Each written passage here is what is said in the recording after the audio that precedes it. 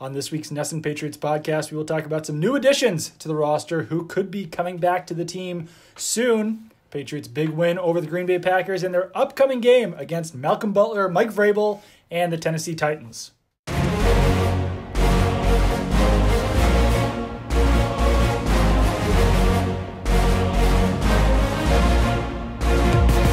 Hello and welcome to the NESN Patriots podcast. I am Doug Kai, joined as always by Zach Cox. Zach, how are you doing?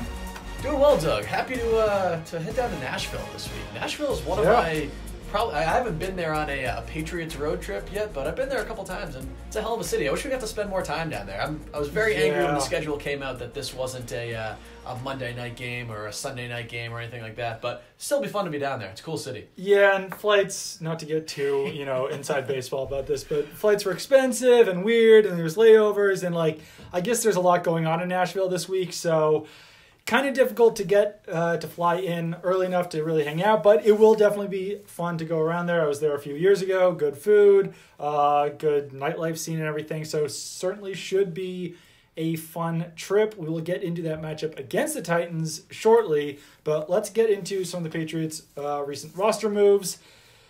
Duke Dawson's still not on the Patriots roster, which I think we're all kind of surprised about, but the Patriots did sign linebacker Albert McClellan, formerly of the Baltimore Ravens. They signed safety Obi Melifonwu, formerly of UConn and the Oakland Raiders. They signed Ufamba Kamalu to their practice squad, running back Josh Ferguson to their practice squad, released Kenneth Farrow, Cole Croston, Geno Grissom. A whole lot happened, and I guess I'm just kind of on board with all of it. Yeah, they're really standing pat as a team who's won six games in a row. This has been an incredibly busy week of roster movement here in New England. It doesn't seem like I'm not expecting any of these new guys to have an immediate significant impact. With both of them might really start off as kind of special teams players. I think Albert McClellan is basically going to be the new Geno Grissom, who he replaced on the roster. Just watching him out at practice today, he's doing that kind of the same thing that Geno Grissom would be doing, just filling in on punt team and kickoff team and all that stuff. And Obi Melifonwu he's an exciting player. He's a guy I really liked when he was coming out of UConn, a local kid too. He grew up in Grafton, Mass. Incredibly athletic. I mean, I think that's the first thing that comes to mind whenever you hear his name is people talk about his combine results from a couple of years back. He's a big dude. He's 6'4", 225. Yeah. Hasn't played a ton at the NFL level. He's played in, 5 games, only played something like 35 defensive snaps. But the Raiders have been kind of a mess for the last 2 years, so you don't know how much of that is his own issues. He has been dealing with some injuries too, and how much of that is just kind of Raiders dysfunction. But okay, he was a second-round pick just last year. I mean, the Patriots have a lot of safety depth, or they have a lot of quality safeties right now, but they don't really have anybody behind those 3 starters who have been here forever. So it seems like kind of a no-risk move. Bring the guy in and see what he can do. Yeah, I'm remiss not to mention that the Patriots also signed Matt Tobin. Sorry, yes, Matt, for not mentioning you off the start there. But yeah, it's funny. I think Melifonwu is the bigger name acquisition because he was a second-round pick a year ago, but I think that McClellan probably will make a bigger impact overall. Yeah, that's probably correct. Just on special teams is one thing, but I think that he pretty much immediately enters the roster as the number 4 linebacker on the depth chart behind Dante Hightower, Kyle Van Noy, and Elandon Roberts. And the Patriots linebacker depth was tested in Week 8 against the Buffalo Bills when Hightower was inactive in that game and Elandon Roberts suffered an injury that thrust Nicholas Grigsby into a defensive role. And I think that this signing has a lot to do with maybe some of the snaps that Grigsby played because, I mean, Grigsby isn't terrible on defense, but he's primarily a special teams player. And I think the Patriots just decided, okay, it's time to add some more linebacker depth because they started the season with good depth there with Juwan Bentley in the mix, but he's on injured reserve, not expected to come back this season. So I think they definitely need to add a linebacker at some point. McClellan's a 9-year veteran, so he definitely knows what he's doing in a defense. And Melifonwu, I mean, I would say to temper your expectations, basically just because he only has played 34 defensive snaps in the NFL. But there is a reason why he was a second-round pick, and defensive backs who are 6'4", 224 pounds are rare. They're not easy to come by.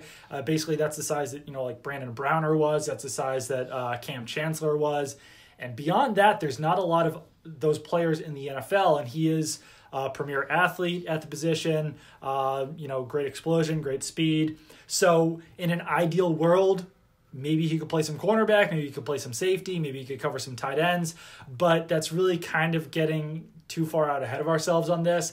I'd like to just see how he fits in at first, maybe get him a defensive snap before we decide that he can cover Travis Kelce in the AFC Championship game or anything, which is what some other people have said. But I don't know, it could be a signing for the future, could be a signing for this year, but it'll be interesting to see what he can do. But my hopes just aren't that high about it, I would say, because even after he did get cut by the Raiders, it took him quite a while to find a new job in the NFL. He went on kind of a tour of workouts with other teams. Yeah, I'd say that's probably the best approach to have to the signing. And it was interesting that the Patriots did sign him to a 2-year contract, according to a report this morning. So he will be.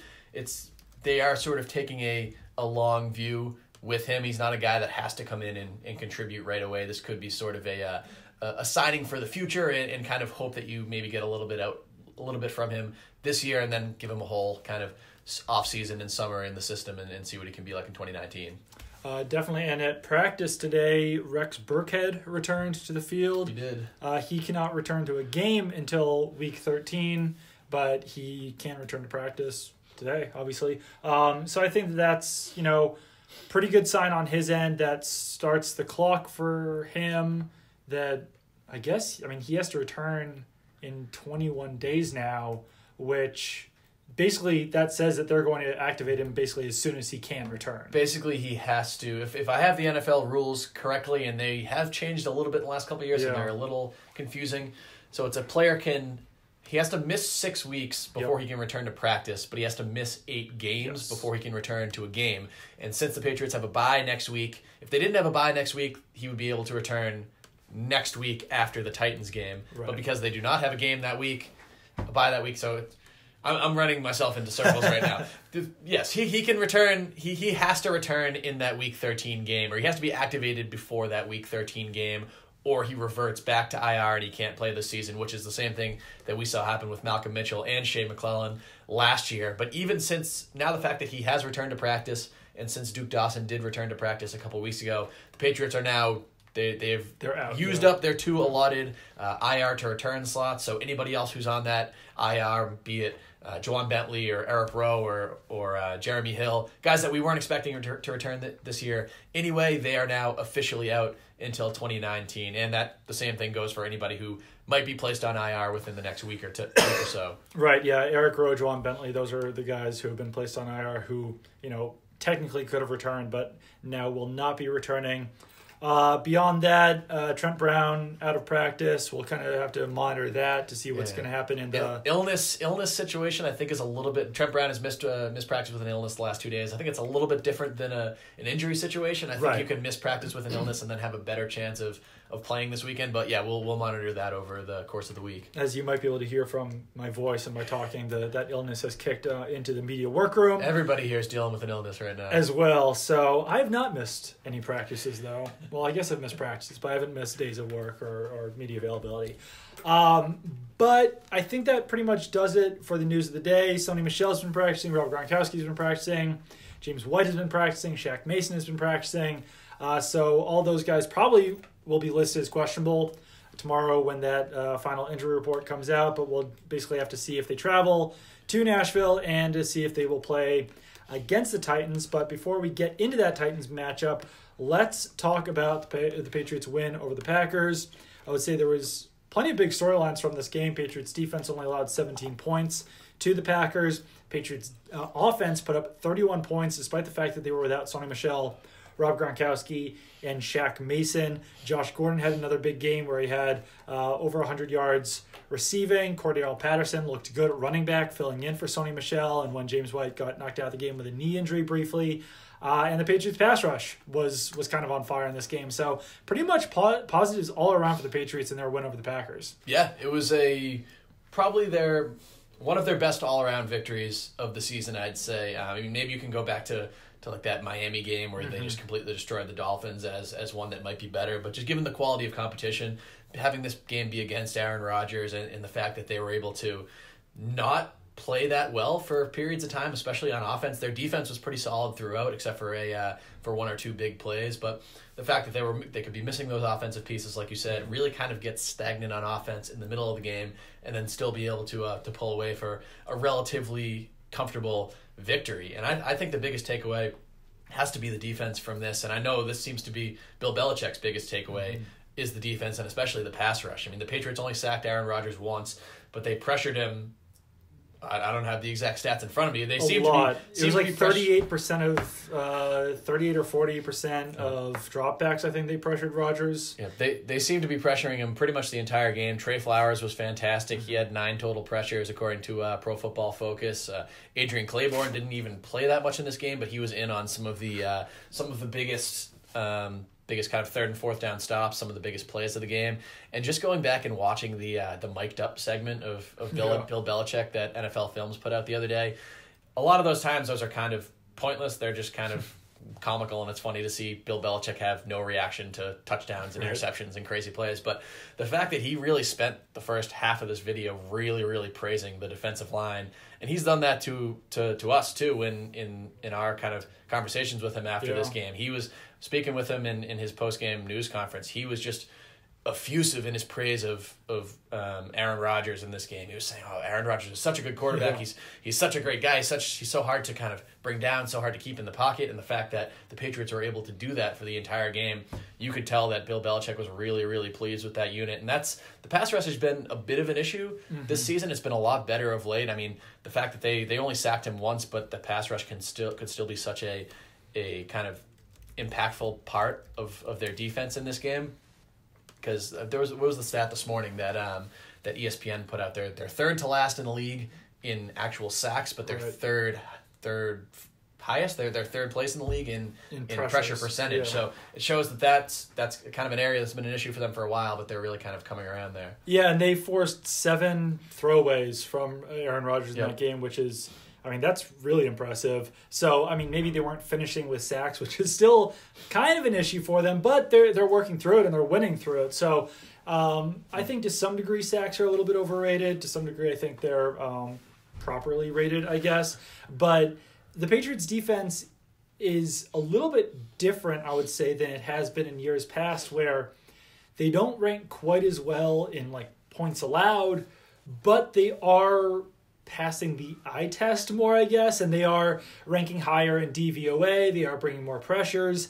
They are getting more turnovers. So, you know, it's kind of what Patriots fans, I think, have wanted out of the defense in recent years. And obviously, ideally, they would have all of those things. Plus, they would be keeping teams off the scoreboard a little bit more. But, I mean, allowing 17 points to the Packers, like I said earlier, that's an accomplishment in itself. I think it was a really good performance overall by the defense. Getting into the offense a little bit, I was definitely happy with what I saw from Cordero Patterson at running back, and I wasn't expecting that out of him because I don't think he looked that good at playing that position against the Bills in Week 8.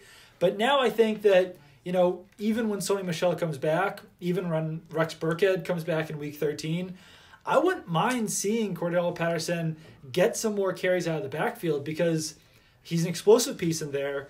Anytime he touches the ball, he could go off for a touchdown or a big play.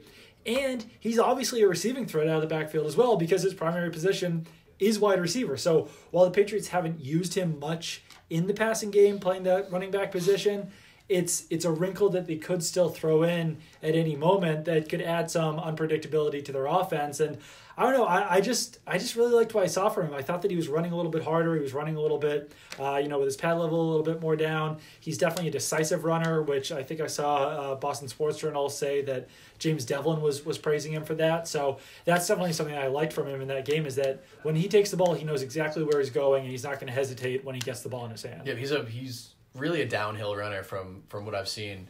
And like you said, he was impressive on Sunday night. He's proven that he can fill this role. Maybe he might even be more valuable now as a running back than he was as a wide receiver. He is. Yeah. When he's out there as a wide receiver, there's always a chance that he's going to catch a 60-yard touchdown pass. But for the most part, he's been kind of unproductive as a wide receiver this season. Those kind of short screen passes and stuff that have been kind of his bread and butter in the past haven't really materialized so far for him, and obviously he did have the long kick return, so he's still a threat there. But yeah, I was really impressed with what I saw from him the other night. I do think they need to add a little bit of kind of unpredictability to him if they want to continue to use him that way, because like you said, it's basically been through these last 2 games. If he's in there at running back, he's going to be getting the ball. I know he caught one pass against the Packers, but I think that's the only time they've even run a pass play when he's in there at which running is back, odd. which is kind of the same thing we were talking about with Sony Michel earlier in the season. But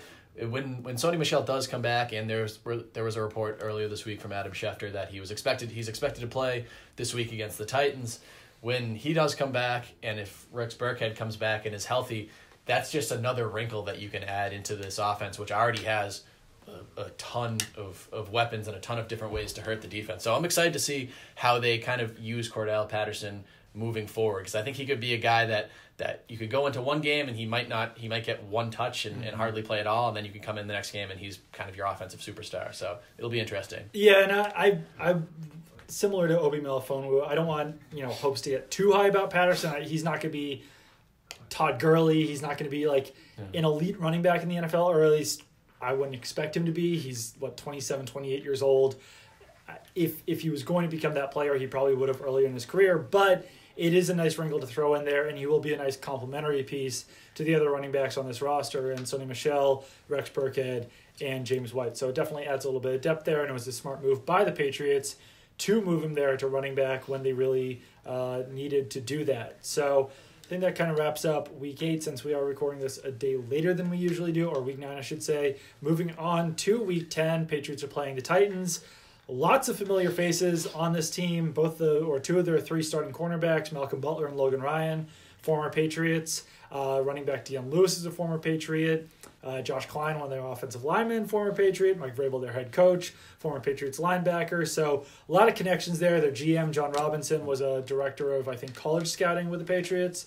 So these are teams that know each other pretty well. Too. Yeah, and these two teams played each other last year in the playoffs as well. So not only, a lot of familiar faces across the aisle, but, just from a personnel standpoint, the offense and defense might not be the same as they were last year, but tendencies with players, I think the Patriots can kind of lean on what they learned last year a little bit. But the big story of the week is that Malcolm Butler is really struggling for the Titans. Patriots obviously benched him in the Super Bowl against the Eagles last year, a game in which they lost. Bill Belichick received a lot of criticism for that move, but Butler is basically playing like the worst cornerback in the NFL this season, which is a pretty big surprise, I think, to all of us. Even though Butler did struggle last year in the preseason, he did struggle last year overall, wasn't quite the same player that he was in 2015 and 2016. But, he's been really terrible for the Titans. He's let up 7 touchdowns, only has 1 interception.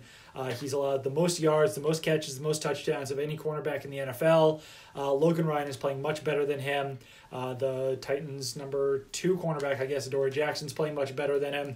So when Butler's on the field, which he will be since Mike Vrabel said that he's not going to be benched, I would actually expect the Patriots to go after him a little bit. And since he does play on the perimeter, he's not a slot guy. Logan Ryan's really their slot guy. You could see Josh Gordon lined up against Malcolm Butler. You could see Chris Hogan lined up against Malcolm Butler. And those might be advantageous matchups for the Patriots in this game. Yeah, it's been really bizarre to see how Malcolm Butler's play has just kind of cratered this season. Because like you said, last year was easily his worst season as a starter in New England, but he was still pretty good. He was inconsistent. He made some kind of boneheaded plays occasionally, but he led the team in pass breakups. He didn't have any real. I was looking earlier. He didn't let up 100 yards receiving in any of the games. Had some kind of coverage mishaps. He wasn't very good against the Titans in the playoffs last year, but he was still a solid player. Yeah. There was never a time last season where we were calling for Malcolm Butler to be benched, like people were kind of arguing for Stephon Gilmore earlier in the season. But yeah, ever since he's started here in Tennessee, he's just been awful, and it's really strange to see. And even hearing talking to Mike Vrabel this week about like why this has been happening, it's kind of a alarming response from him. He's like, basically he forgot how to play man coverage. We're saying Mike Vrabel's like, it's a really simple thing. When you're playing man coverage, you need to look at the receiver. You can't look at the cornerback. or the quarterback. Malcolm keeps looking at the quarterback, and then guys are just pulling double moves and sprinting past him. Yeah. It's bizarre for a guy that's been a Pro Bowler, that's been a second-team All-Pro, that obviously rose to fame in that Super Bowl 49 a couple years ago, to see him just look like a completely different player now. Yeah. And he does have pockets of good play. I mean, he was really bad in the first half against the Cowboys the other night. Then he kind of turned it around in the second half, only let up 2 catches, had some good coverage down the stretch to kind of help secure that Titans win. But yeah, the Patriots know him better than anyone. Bill Belichick and Brian Flores and this whole staff know Malcolm Butler better than anybody in the NFL, really.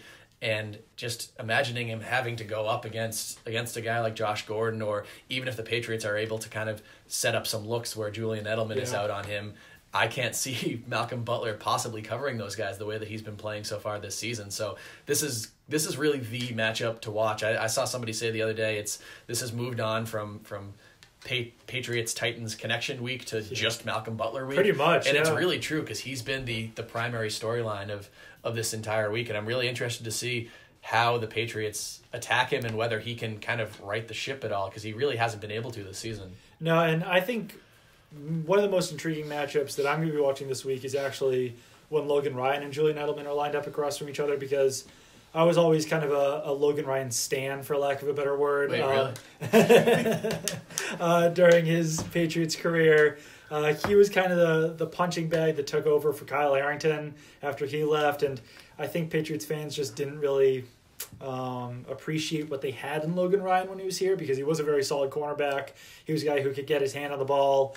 He was definitely a guy who could, force some turnovers, and he was just a guy that you could depend on both in the slot and outside. So, I used to hear about the battles between Julian Edelman and Logan Ryan in practice, and then those will really carry over into this game, because last year in the playoff matchup, Julian Edelman didn't play in that game.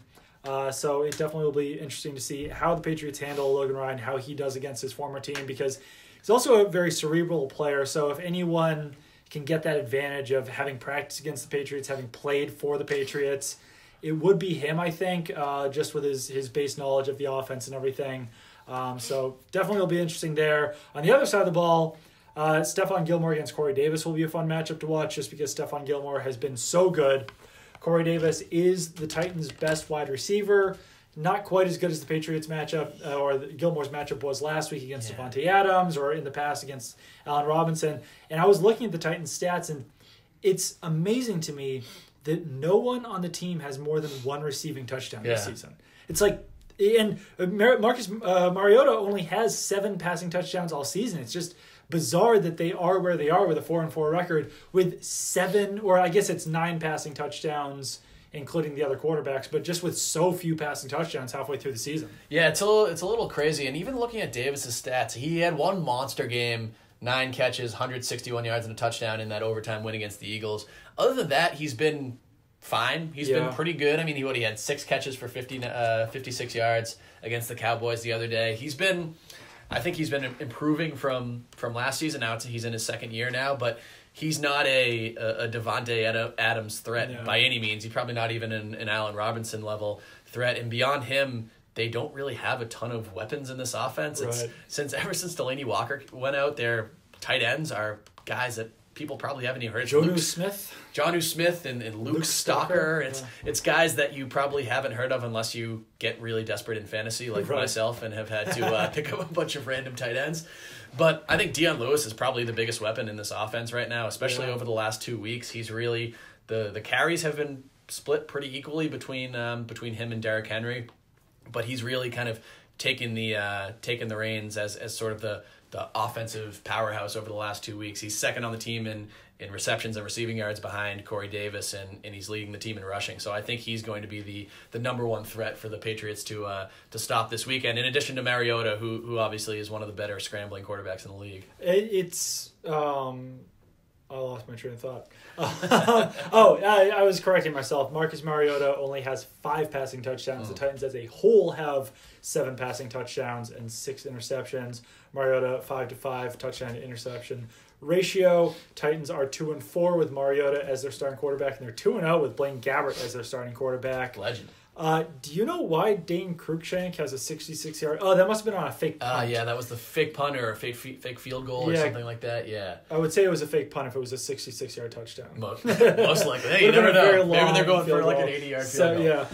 Yeah, I mean, every game that the Titans play pretty much turns into just like a rock fight this season because their offense isn't very good. They rank very low in scoring average. I think there's something like 28 or 29 in points per game, but their defense is number 1 in points allowed, which a lot of people have been talking about this week. Bill Belichick, he keeps bringing up that they lead the league in defense, quote unquote. Right. But I mean, when you look at their schedule, they've played only one of their first 8 opponents currently ranks in the top 15 in scoring average so far, and that's the Chargers, who are 11th. So they haven't played a top 10 offense yet this season. And just some of the teams that they've played, I mean, like Miami, Houston, Jacksonville, Philly, Buffalo, Baltimore, Chargers, Cowboys.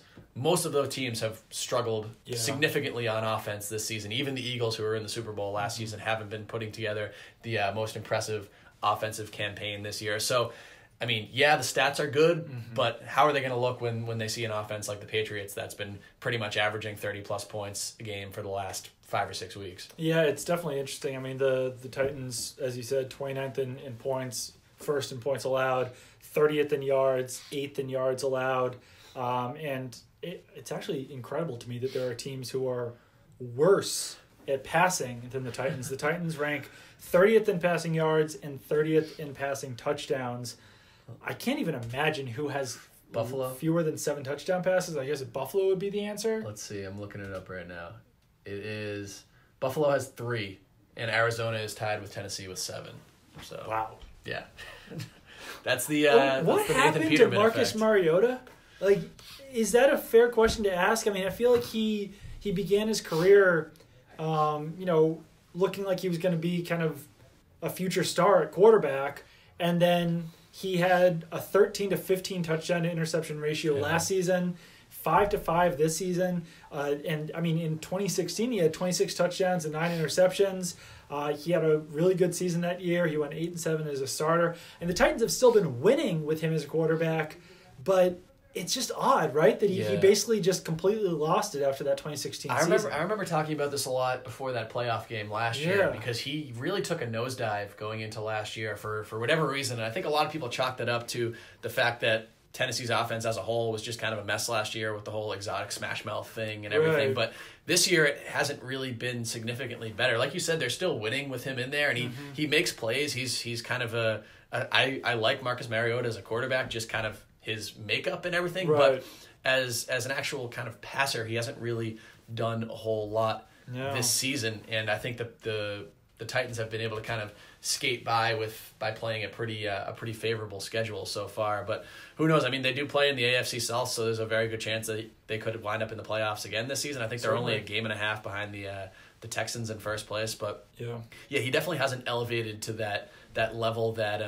everybody expected to when he was drafted so high a couple of years back. No, and I mean Jameis hasn't either, so it's not like you can really. I mean, neither one of those quarterbacks up there, has been great this season, but certainly will be, I think, an entertaining matchup, especially since it is in Tennessee. It's gonna be one of those rare noon games. This is Nashville being in Central Time always throws me off. Yeah, it's weird how it's our second noon game of the season when I don't even know if there was any other noon games I've ever covered before. But I mean, I think that just given the history between the two teams, just given all the connections there, it will certainly be a fun matchup. I'm probably expecting a pretty close game, despite everything that we've said about the Titans, just because it is on the road and everything. But I mean, getting Sony Michel at running back would definitely help. I think that's the expectation this week.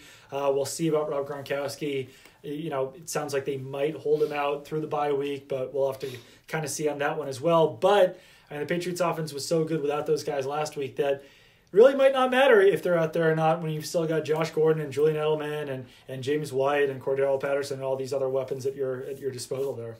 Yeah, I would say that, and it's probably smart for the Patriots just to sit Rob Gronkowski until after the bye, especially because at this point he's probably not going to hit those incentives. He was already kind of off his pace, and now with him sitting out 2 games, he's missed 2 games so far, right? He's missed 2, yeah. Sitting out 2 games, he's probably not going. He's going to need a really ridiculous second half to hit any of those. So by this point, it's probably just best to kind of sit him, rest him up. He's dealing with multiple injuries right now.